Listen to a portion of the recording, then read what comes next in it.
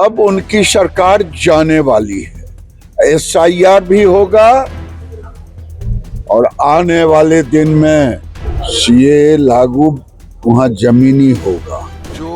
जो संविधान को नहीं मानते हैं वही ऐसे बातें करेंगे। संविधान को जो भी मानते हैं वो हर सिस्टम, हर संस्था, हर प्रक्रिया और हर पद का गरिमा को ध्यान में रखते हुए ऐसा बात नहीं करेगा। ममता जी अब पश्चिम बंगाल नहीं बचा पाएंगे, वहां कमल खिलने जा रहा है, घबराहट का यह नतीजा। पश्चिम बंगाल की सीएम ममता बनर्जी को लेकर हो रही इस बयानों की बारिश ने सियासत का मोड़ एक बार फिर बदल दिया है। दरअसल बंगाल में स्पेशल इंटेंसिव रिवीजन यानी SIR को लेकर पहले ही बीजेपी और ममता बनर्जी के बीच गहमागहमी है और अब ममता के एक बयान ने इसी आग में घी डालने का काम किया है। ममता ने एक रैली के दौरान कहा कि बीजेपी अपने दफ्तर में बैठकर लिस्ट फिक्स कर रही है। चुनाव आयोग का काम निष्पक्ष रहना है, बीजेपी कमीशन बनना नहीं। अगर आप अवैध हैं तो 2024 में आपने जिस सरकार को वोट दिया था वो भी अवैध है। बीजेपी मेरे खेल में मुझसे लड़ नहीं सकती, मुझे हरा नहीं सकती। अगर बीजेपी ने बंगाल में मुझ पर हमला करने की कोशिश की तो मैं पूरे भारत में उसकी नींव हिला दूंगी। इस बयान के बाद देश भर में सियासत गर्मा गई। जहां एक तरफ तृणमूल कांग्रेस के नेताओं ने ममता का समर्थन किया तो वहीं ममता के इस बयान पर टिप्पणी करते हुए कांग्रेस के नेताओं ने इशारों में कहा कि बीजेपी के खिलाफ लड़ने के लिए ममता को राहुल गांधी जैसा कोई साथी चाहिए। ममता जी पहले ये तय करें कि उनको करना क्या है।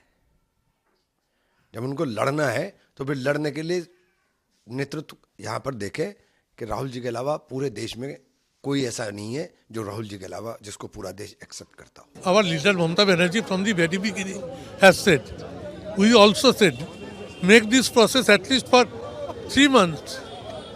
In 2002, I was with SIR. I have seen it. They are trying to complete it in 1 month. How is it possible a state like West Bengal will complete it by 1 month?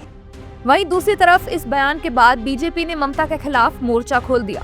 ममता के खिलाफ पलटवार करते हुए BJP नेता बंगाल में अगली बार BJP की सरकार बनाने का दावा करते हुए दिखे और ये कहा कि ममता बिहार चुनाव के नतीजे देखकर घबरा गई हैं। ममता दीदी का नींव हिला हुआ है, इसलिए इस तरह की बात कर रही है। भारतीय जनता पार्टी तो 3 विधायक से 77 विधायक जीत गया उनके सामने, और इस बार बंगाल में भाजपा की सरकार होगी। ममता दीदी को जो बोलना है बोलते रहे।